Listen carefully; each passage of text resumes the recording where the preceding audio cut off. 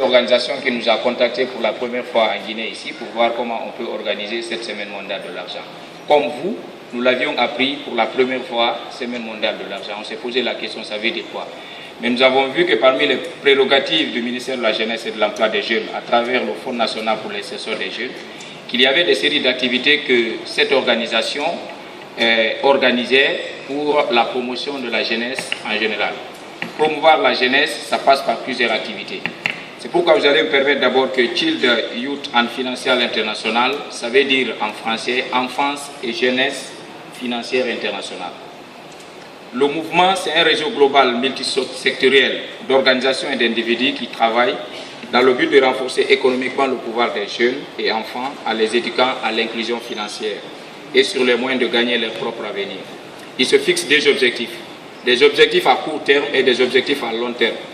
Les objectifs à court terme, ils disent que chaque jeune doit être un citoyen économique. Et les objectifs à long terme, ils disent que l'autonomisation des jeunes peut aider à éliminer la pauvreté dans la prochaine génération. Ils se sont basés sur les enfants et sur les jeunes. Les enfants, on aime le dire souvent, que ce sont les enfants qui ont l'avenir et les adultes n'auront que des souvenirs. Donc c'est pour préparer ces enfants à une éducation financière, à mieux épargner pour entreprendre demain. Donc ce sont les deux objectifs principaux de Guide.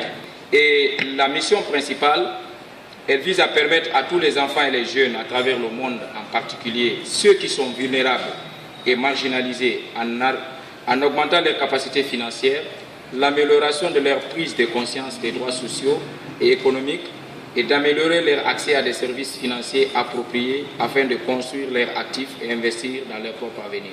Vous allez constater qu'on a contacté beaucoup d'ONG et d'associations qui pour nous travaillent dans le cadre de l'épanouissement de la jeunesse et nous allons, à travers un débat que nous allons organiser tout de suite, vous montrer comment il faut épargner pour mieux entreprendre. Puisque nous pensons qu'au-delà de ce que l'État, monsieur le chef de cabinet l'a dit, au-delà de ce que l'État peut mettre à la disposition des jeunes, le jeune, à travers lui-même ce qu'il est en train d'avoir, peut épargner pour préparer son avenir demain. Donc c'est l'une des activités principales pour matérialiser tout ce que je viens de dire sur les objectifs et les missions de Child, c'est l'organisation de la Semaine mondiale de l'argent.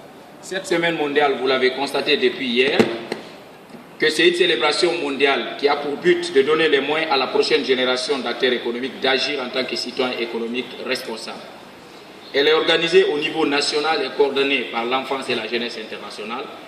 Et au niveau national, la République de Guinée, ça a commencé cette année. Et pour les prochaines années, ça sera organisé par le ministère de la Jeunesse et de l'Emploi des Jeunes, à travers le FONIJ et en collaboration avec Plan Guinée, l'ONG internationale qui est là représentée par M. Kaba. Donc, pour une petite histoire, comprenez que l'organisation a été créée en 2013. Et c'est dès le mois de mars 2013 qu'ils ont commencé à célébrer la Semaine mondiale de l'argent.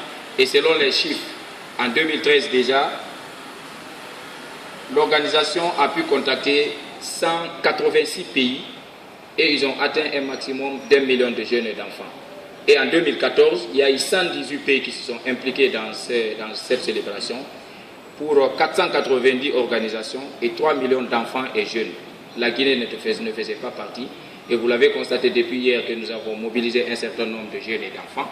C'est ce nombre qu'ils vont remettre pour 2015 et voir avec la Guinée ce que ça a donné. Puisque au-delà à part la Guinée, il y a d'autres pays aussi qui participent. Donc, ils ont prévu d'atteindre un maximum de 150 pays pour l'année 2015. Donc, c'est là en quelque sorte la mission de Child and Youth Financial et l'objectif de la célébration de la Semaine mondiale de l'argent. Merci. Merci beaucoup, Tidjane. Monsieur